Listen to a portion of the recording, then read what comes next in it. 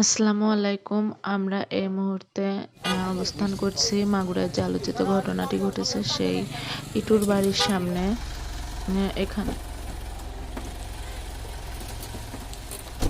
আমি সেখানে current bill দিয়ে আমি আসতেছি, মনিকে ডাকে উঠে ছুঁয়ে আমি কাছে মনিরে আমি মানে সাবের মতো বাধা পাইলে প্রয়োজনে ছাড়ে না, তাহলে ওই করিস খেয়াল রাখ আর তোরা মনিরে নিয়ে তুই বাদ খাতো ফেলে আপনাদেরকে দেখানোর চেষ্টা করছি পুলিশের যে ঊর্ধ্বতন কর্মকর্তা এসেছেন তার সাথে মহিলা কথা বলছেন। মহিলাকে তিনি বলছেন এবং কি জানানোর চেষ্টা করছেন সেটাই আমরা আপনাদেরকে দেখানোর চেষ্টা করছি।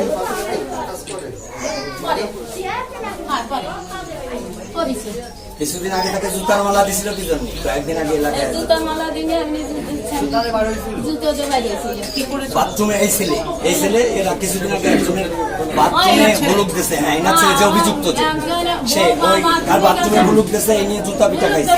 প্রায় সেই কারণে জুতা পিটা খাইছে বাথরুমে এক মহিলার গোসল দেখতে। চরিত্র খারাপ এই কারণে কি হয়েছে? বাথরুমে গেছে গোসলের সময় গোসল করতে গেছে আবার এই খুশকার সময় ওই পাশে যাইলে তার ভুলুক দিয়ে তাড়াতাড়ি বলি করে তারপরে ওই বলতে আবার জুতো গাড়ি বুঝছেন। আর আপনাদের বেটার বোধ কই? বেটার বোধ ছেলে বেটার নাতি ছেলে কই? যে বাচ্চা মেয়েটি ধর্ষণের শিকার হয়েছে, ওর আজকে আমরা এখানে ওর বাসায় আসলাম, যেখানে ওর বোনের বাসায় যেখানে ও ছিল। তো এখন পর্যন্ত এই ঘটনায় আমরা ওর বোনের শ্বশুরকে আটক করেছি।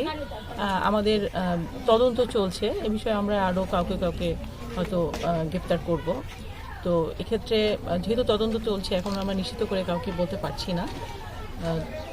আমরা আশা করছি খুব দ্রুতই আমরা ঘটনার প্রাথমিক কোনো স্বীকারোক্তি কি পাওয়া গেছে নাকি? না, স্বীকার কিছু করেনি, সে স্বীকার করেনি। সে বলেছে এই ঘটনার সাথে সে জড়িত না।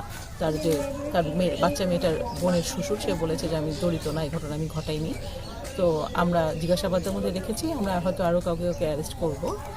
তারপরে হয়তো আমরা আশা করছি খুব দ্রুতই আমরা ঘটনার সাথে। এর আগে তো আপনাদের পুলিশ সদস্য এসেছিল, সেখানে কোনো আপনার আলামত পেয়েছেন কিনা বা কোনো? না, আলামত এখন পর্যন্ত পাইনি। Thank you. তো হয়েছে আমাদের ভাই আসছে দারুণ কাম হয়েছে। এই খাইতে সিস্টেম করতে